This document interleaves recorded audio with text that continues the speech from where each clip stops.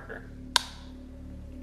Hello world, Bailey, take 3.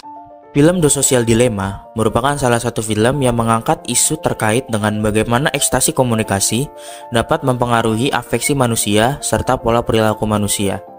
Dalam film ini, menggunakan strategi teknologi komunikasi yang dipakari oleh profesor, serta mengutip sebagian dari dokumenter beberapa petinggi serta mantan petinggi media sosial seperti Facebook, Instagram, Google, Twitter, bahkan Pinterest.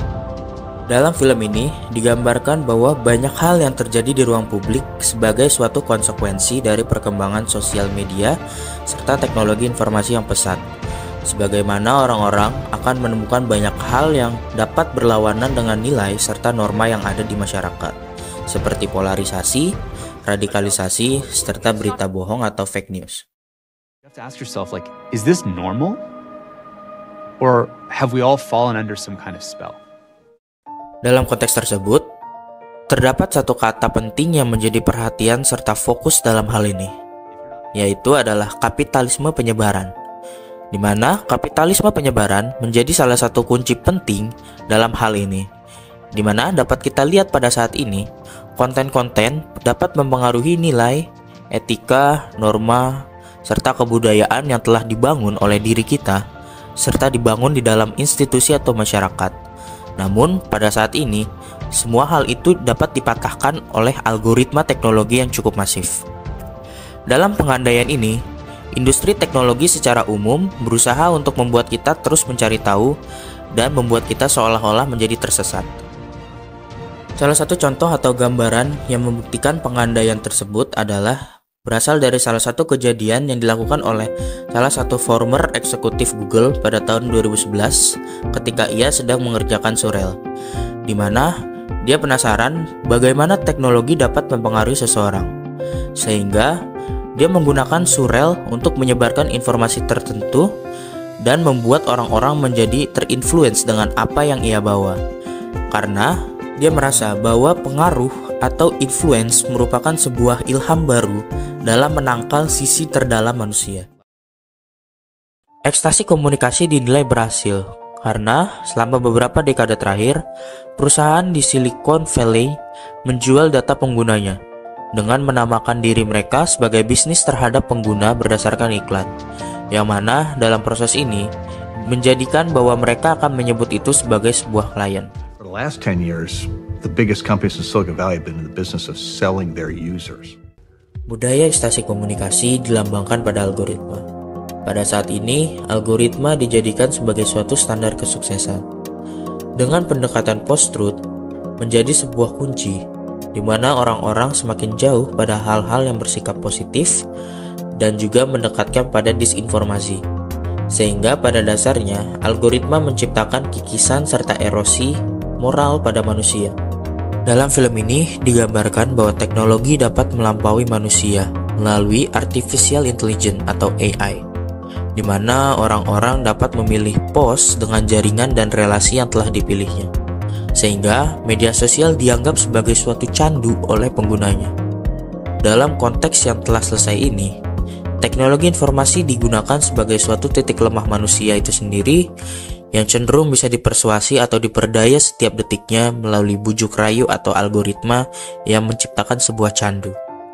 Dalam jalannya manipulasi media sosial digambarkan sebagai sebuah sulap, di mana membutuhkan sisi kepribadian serta otak manusia yang diretas untuk mendapatkan sisi terdalam dari pikiran manusia, untuk percaya bahwa hal itu merupakan hal yang baik. Ini persis dengan teknik beberapa media sosial dalam upaya mempengaruhi perilaku manusia itu sendiri, sehingga pada akhirnya manusia dapat diperdaya melalui teknologi dan menciptakan suatu polarisasi di dalam masyarakat. Di dalam film ini, salah satu mantan eksekutif Google yang diwawancarai berbagi suatu pengalaman yang menarik, di mana dia mengisahkan suatu surel sederhana dapat mempengaruhi ribuan orang, di mana dalam hal ini sebuah tindakan kecil dapat membawa suatu dampak yang besar.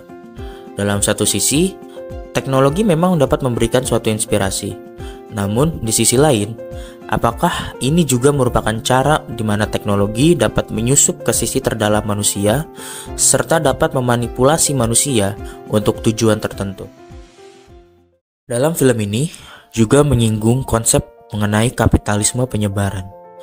Kapitalisme penyebaran merupakan sebuah istilah yang menyoroti bagaimana konten digital ini menjadi sebuah komoditas.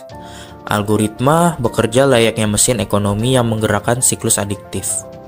Kita terus menggulir layar, mencari lebih banyak, dan tanpa sadar kita terjebak di dalam sebuah arus informasi yang mempengaruhi nilai, etika, serta kebudayaan kita.